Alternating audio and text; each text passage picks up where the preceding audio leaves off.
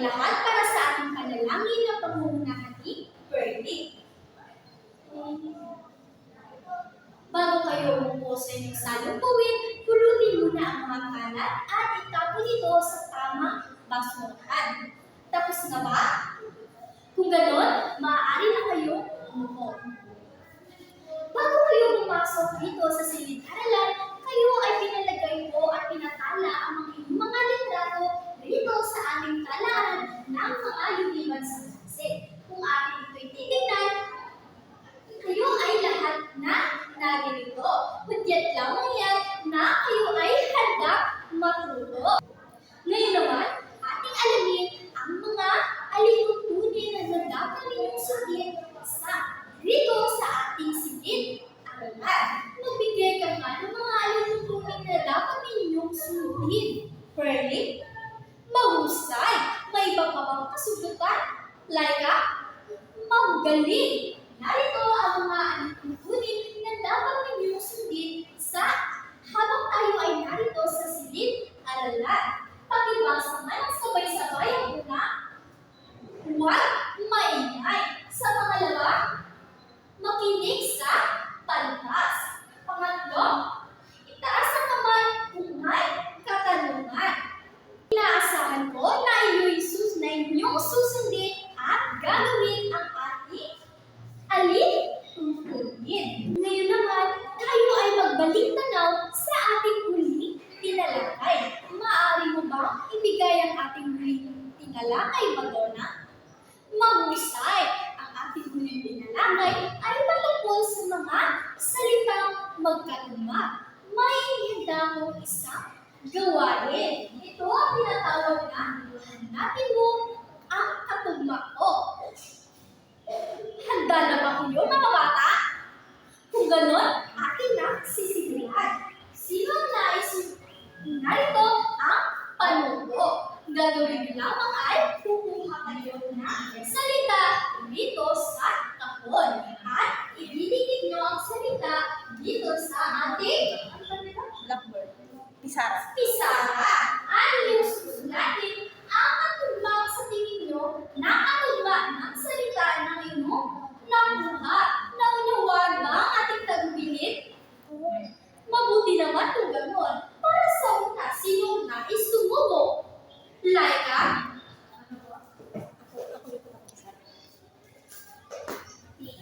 Okay, Laika?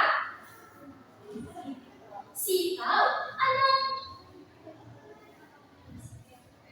Sitaw? Ano ang katugma ng sitaw? Bataw! Bataw! Mahusay! Mahusay! Ang katugma ng sitaw ay bataw. Sino pa ang nais sumubo? Ito ay bahay. Ano kaya ang katugma ng bahay? Laika? Buhay, teacher! Buhay! Mahusay! Mahusay! Ang katugma ng bahay ay buhay. Ako'y lubos na nagagala sapagkat lubos ninyong naunawaan at lubos ninyong naalala ang ating huling tinalakay. Base sa story ang aking binasa, patungkol nga saan kaya ang ating tatalakay ngayong araw, mga bata? Mahusay! Ito ay patungkol sa magagalang ng pananalita at pagbati. Bago natin simulan ang ating talakayan, narito ang ating mga layunin na dapat makamit pagkatapos ng ating talakayin. Makibasa nga na sabay-sabay, mga bata. Ayan, salamat sa pagbasa. Ito ang ating layunin na dapat ninyong makamit pagkatapos ng ating talakayan. Isa sa mga mahalagang sangkap ng wika ay ang paggamit ng mga pang-araw-araw na pananalita at magiliw na pagbati at paggalang at kapitagan sa kapwa. Halimbawa, mabunying umaga, isang bati na ginagamit sa pagtaupan ng araw. Karaniwang sinasambit ito sa pagising hanggang bago magtanghaling tapat. Magbigay nga ng halimbawa, Elijah, mahusay. Halimbawa ay, mabunying umaga,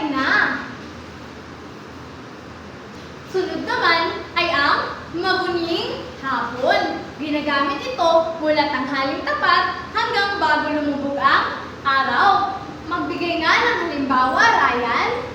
Magaling! Mabuning hapon po, Itay. Ngayon naman, ang pangatlo ay ang mabuning gabi. Ito ang ginagamit mula sa paglubog ng araw hanggang sa gabi. Magbigay ng halimbawa, Pia. Magaling! Mabuning gabi. Mabuning gabi, pantas. At ang susunod naman ay ang inyong kandungan ay ako'y magpapaalam. Isang pahayag na ginagamit kapag tayo ay aalis o maghihiwalay pansamantala. Magbigay ng halimbawa nga, mahusay sa iyong kandungan, ako'y magpapaalam pansamantala. Ina, napakagaling ng mga bata.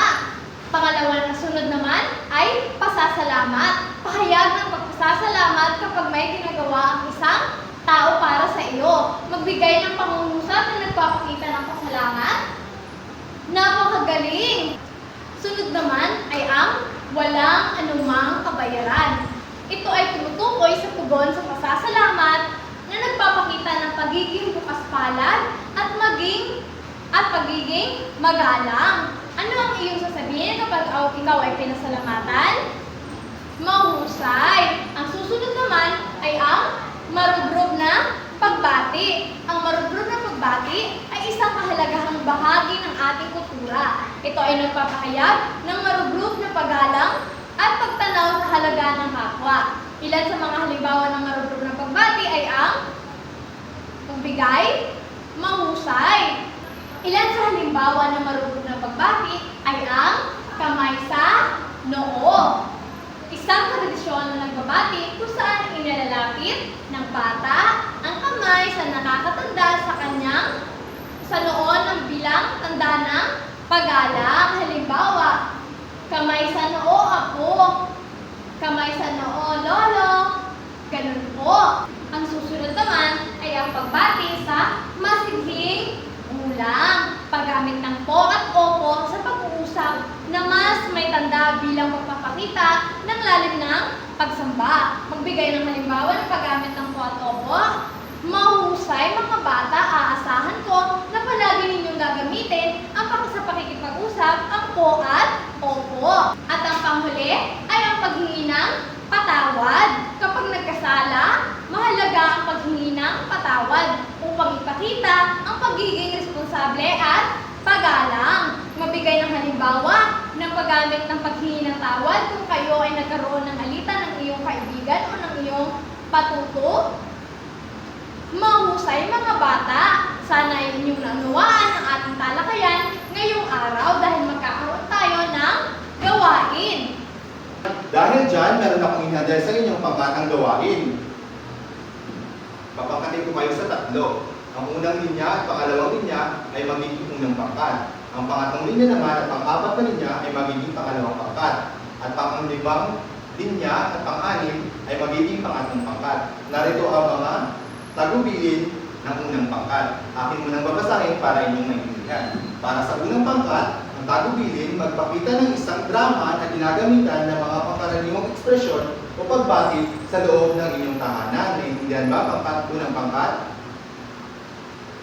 Mahusay. Ito ang inyong tagubilin. Para sa pangalawang pangkat o ikalawang pangkat, narito ang inyong tagubilin. Aking babasahin para inyong maintindihan.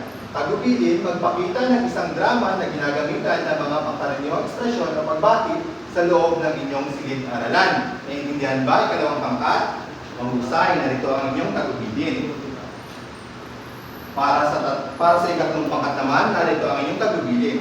Magpakita ng isang drama na ginagamitan ng mga pangkaraniwang ekspresyon o pagbati sa palengke. Ito ay sa pamamagitan ng pangkatang gawain na ito, ay papakita nyo dito o magagamit nyo dito ang inyong mga lutunan ngayong araw sa ating talakayin patungkol sa mga magagalang na pananalita o pagbati. Kayo ay bibigyan ko lamang ng 5 minuto para pagandaan ang inyong pangkatang gawain. Tapos na ba ang lahat ng pangkat? Mahusay, dahil lahat kayo ay nakakuha ng mataas na puntos sa pangkatang gawain na ito. Ngayon mga bata, ang tatandong tayo mula ng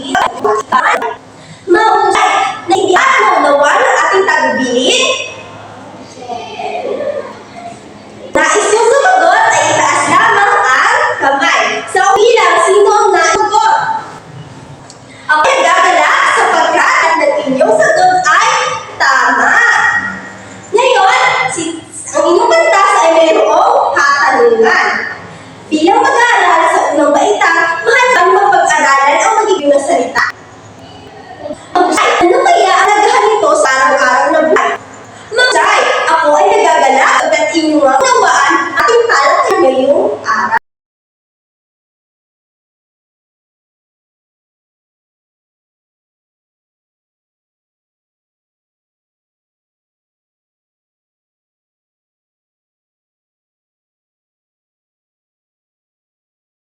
Sa pagbuo ng buod ng ating talakayin ngayong araw, ano kaya ang kabuuan ng ating binusising aralin ngayong araw, Ryan? Mahusay ang paggamit ng magagalang na salita at pagbati. Ano naman ang mga karaniwang salitang magalang na ating ginagamit sa araw-araw, Ian? Magaling ang pagsasabi ng po at opo sa mga nakatatanda. Magaling ang inyong mga sagot. Ako ay nalulugod sapagkat kayo ay may natutunan ngayong